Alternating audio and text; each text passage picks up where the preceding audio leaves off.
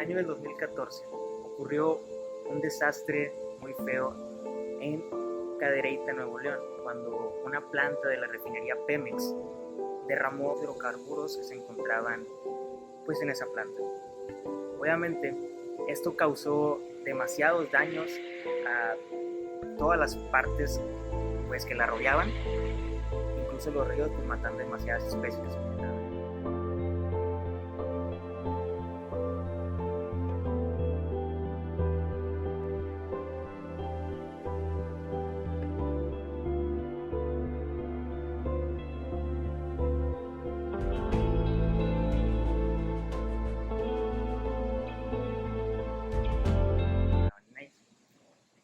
Algunos de los compuestos o sustancias o elementos que encontramos involucrados en el derrame fueron los hidrocarburos, claramente, que pues están conformados por átomos de carbono e hidrógeno, el azufre, el oxígeno, nitrógeno, xileno, tolueno, benceno, etilbenceno, naftalina y el metano.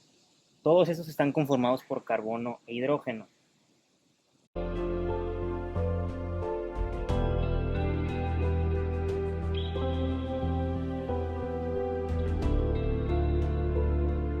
Pantalla se muestran algunas de las configuraciones electrónicas de dichos compuestos, sustancias o elementos, así como la estructura de Lewis de cada uno de estos.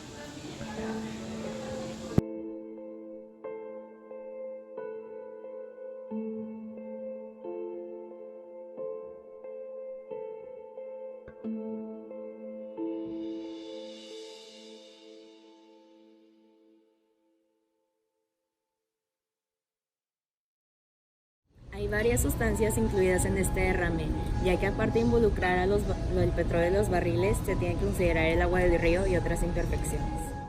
El agua es una combinación de dos hidrógenos y un oxígeno. La geometría que agarra el agua para minimizar la repulsión de electrones es angular y es una molécula polar, ya que los enlaces entre los elementos dejan un polo positivo con los hidrógenos y un polo negativo con los electrones del oxígeno.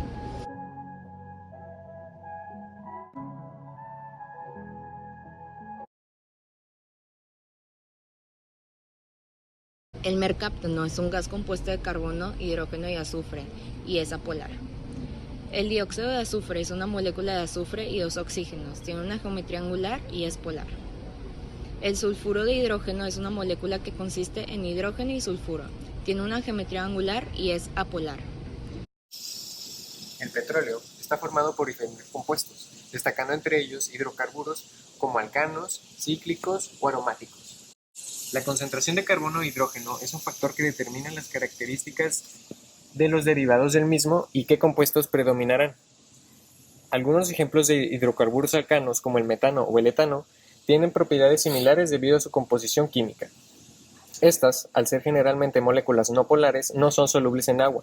Además, tienen la característica de ser gases o líquidos y tener puntos de ebullición muy bajo, lo que las convierte en sustancias altamente inflamables y volátiles. Generalmente, los compuestos de hidrocarburos en contacto con el agua son poco viscosas, lo que las hace difíciles de separar y se convierte en un problema al haber derrames de petróleo en zonas como ríos, mares u océanos. Un ejemplo que corrobora lo anterior es el ciclopropano, molécula gaseosa poco polar que tiene un punto de ebullición muy bajo, de menos 33 grados, y está presente en el petróleo.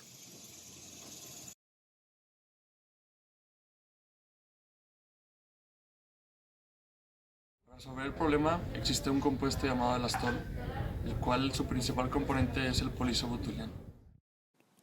El elastol trata sobre un hidrocarburo viscoelástico líquido, el cual tiene una gravedad específica de 0.79, lo cual nos indica que puede flotar sobre el agua.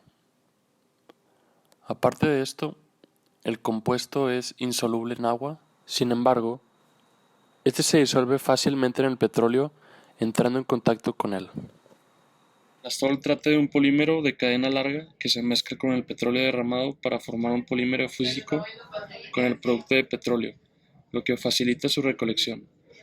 Las moléculas de poliisobutiliano están formadas por largas cadenas de átomos envueltas en filas apretadas, como una bola de hilo.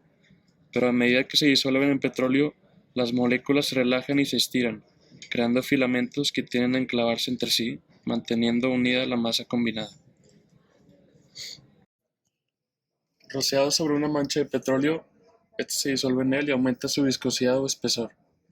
Como el aditivo no es soluble en agua, arrastra el petróleo a una esterilla compacta que puede recuperarse en un equipo de destrucción o skimmer.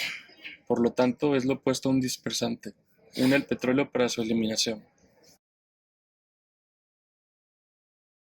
Al tener un derrame de petróleo, primero se utilizan booms para contenerlo y no dejar que se expanda.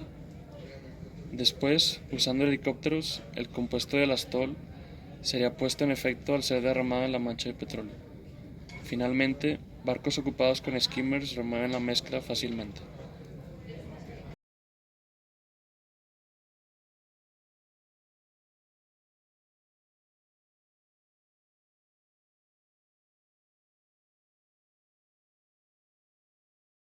Existen diferentes factores que permiten identificar si la toxicidad de los hidrocarburos afectará al individuo. Entre ellas están la dosis, el tiempo y la manera en que entra en contacto con el individuo. Dependiendo de la manera en que entra en contacto el hidrocarburo con el sistema, es la forma en que reacciona este mismo, siendo que algunas de las sustancias entran directamente al torrente sanguíneo. Algunos procesos naturales del cuerpo permiten desechar algunas toxinas, pero hay otros hidrocarburos que son más difíciles de disolver y dispersar en el sistema. Algunas de las afectaciones más comunes es el cáncer y afectaciones de problemas de nacimiento. El benceno, el tolueno y el xileno también afectan el sistema inmunológico de los seres humanos. De hidrocarburos totales del petróleo describe y agrupa una gran cantidad de sustancias químicas que se derivan del petróleo crudo. Algunas de las características de estos derivados pueden ser su capacidad de incendiarse, líquidos incoloros que se evaporan por parte líquidos espesos de color oscuro o semisólidos, que no se evaporan, tienen un olor peculiar. Debido al alto uso y la gran cantidad de consumo de estos derivados, es aún más probable el riesgo a contaminación ambiental. La cantidad de TPH que se encuentra en una muestra de derrame sirve como identificador general del tipo de contaminación que existe.